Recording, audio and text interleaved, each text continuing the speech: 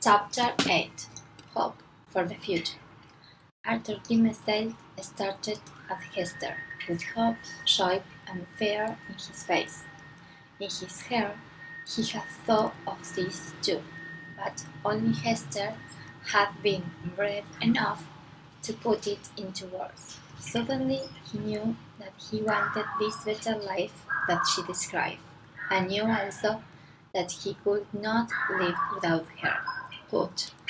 Will you forgive me? He thought. You will go, said Hester, calmly, as she looked at her, and so it was decided. At once a strange feeling of happiness came over him, something which he had thought was dead in him. Oh, Hester, God has been merciful, he cried. This is already a better life. Why did we not find it sooner? Let us not look back, she answered. The past is gone. Look. And she pulled the scattered letter from her bosom and threw it in among the trees. She breathed deeply. I did not realize how heavy it was until I was free of it, she thought. Next, she put it off her hat, and her hair fell down upon her shoulders, dark and rich, softening her face as it did so. She smiled, and her eyes were bright. Suddenly, she was young and beautiful again, and filled with happiness. Another thought came into her head, and she looked at him and smiled. You must learn to know Pearl, she said. Our little Pearl. You have seen her, yes, I know you have, but you will see her now with fresh eyes. She is strange and difficult to understand, but you will love her and advise me what to do with her. Do you think the child will be glad to know me? Asked the priest, looking worried. Children, do you not usually like me? And I have ever been afraid of little Pearl.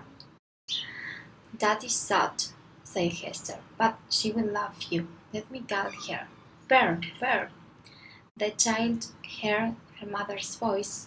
She had been picking flowers and had put them in her hair and her clothes, but now she came slowly through the trees to the other side of the little river, very slowly, because she saw the priest. They watched her coming. How strangely beautiful she looks with those flowers in her hair, said Hester. She's a wonderful child, but I know whose forehead she has. It is a terrible thing to say, but I have often been afraid that others will see a likeness to me in her face, and guess, said Mr. Demesset, but she looks much more like you. Do not let her see anything strange, said Hester. Do not be too excited or too lovely. She will not understand, but she will love you in time. Pearl had stopped on the other side of the water and was looking at Hester and the priest. Come, dear child, called Hester. How slow you are here. It's a friend of mine, who will soon be a friend of yours also. You will have twice as much love from today. Now, hurry up. Pearl did not move. She looked first at her mother with wild, bright eyes, then at the priest.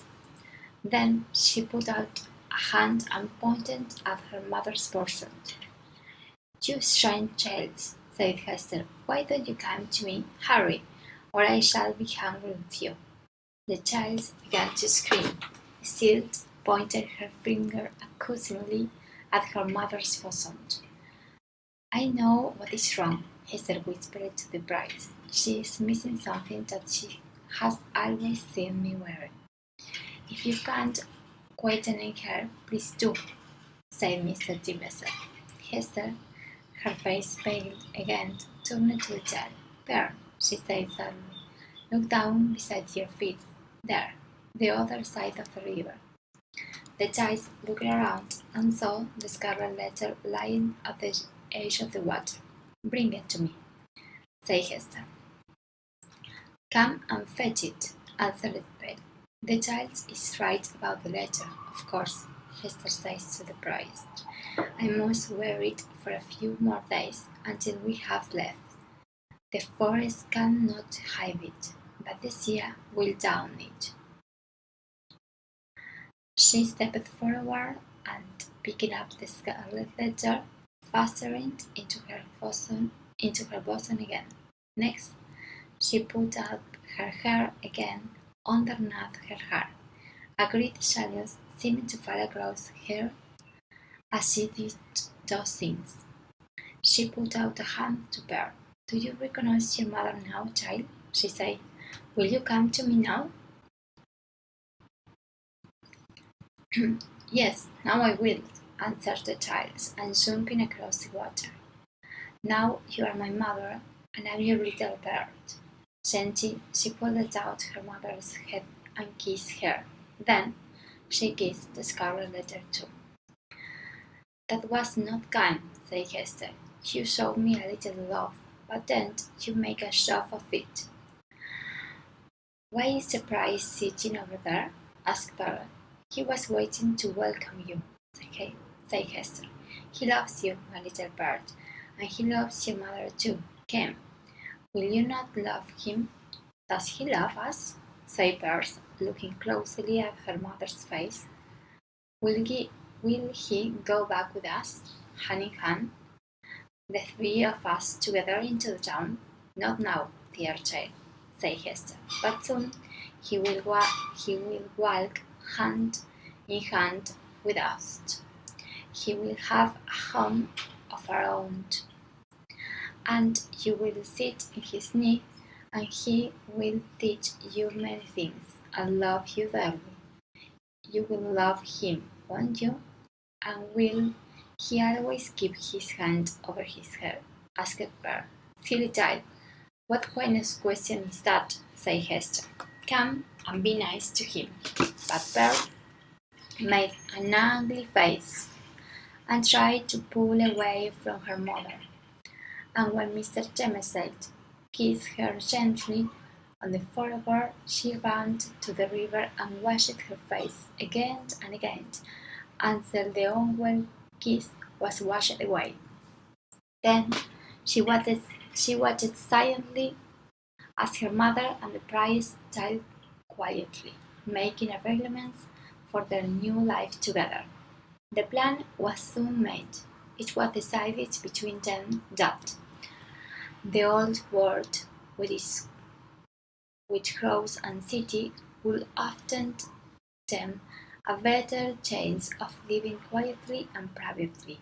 And luckily, Hester knew of a ship which had recently arrived from Spain and would soon leave again to sail to Bristol in England. I know the captain, she said, and I can secretly arrange for you, me and Sir Pearl, to sail with him to England. When does the ship leave? asked Mr. Timothy. Probably 4 days from today, replied Hester. As he hurried back to the town, leaving Hester and Pearl to return to their cottage, Mr. Timothy thought about the plan. 4 days' time is just right. 3 days from today I have to give my election sermons, and it will be a most enjoyable way to end my time here as a priest. At least they will not be able to say that I left without doing my job until the very end. He became more and more excited as he made his way back into town. In this new, happier mood, everything looking and seemed different. Even the people he met or passed in the street. He wanted to say to them, I am not the man you think I am. I left him behind in the forest. Then he passed Mr. Higgins, the governor's sisters, who usually stopped to speak to him. So, Mr. Jameson, she said, you have been walking in the forest. You must tell me next time you plan to go. I will come with you, and we can meet our masters. as she passes on by, giving the priest a secret little smile. Why does she talk to me like this? He thought nervously. Does she see the black mark of the evil in my soul? He was glad to reach his home and hurried upstairs to his study. He where his books, the window, the fire spell. Here he had writing and studies and prayer. There, on the table, with his pen beside him, was the half-finished election sermons which he had left behind 2 days ago. Now he saw all these things differently, throughout the eyes of another man, a wiser man who had returned out to the forest. At the moment, there was a knock in his door. "Come in," cried Mr. Demisel, wondering if a devil would enter. Then old Roger Chillingworth came in, and the priest stood, unable to speak, with his hand over his hair. Welcome home, sir," said the doctor, smiling. "How was your journey through the forest? You look pale. You think you will need my help if you are going to be able to give your election sermons in a day or two. Don't you think so?" "No, not at all," replied Mr. Demisel. "The long walk in the fresh air has been good for me after spending so much time in my study. Thank you. But I do not think I need any more of your medicine, my kind doctor." Did Roger Chillingworth know? The priest wondered that he had met and tackled with Hester Prynne. Did he know that in the priest's eye he was now an hated enemy? Perhaps the friendly words from the doctor to his patient now had double meanings.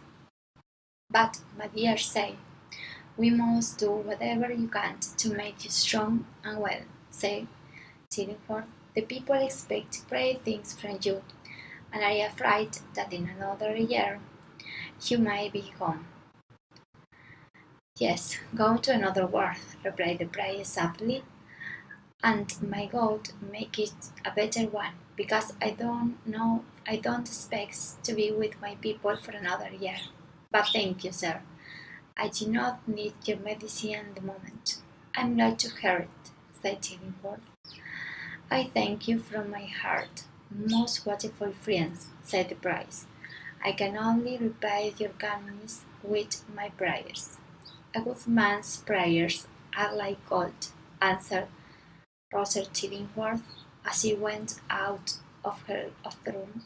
After he had done, Mr. Demisel threw away his half-written election sermons and sat down to begin it again.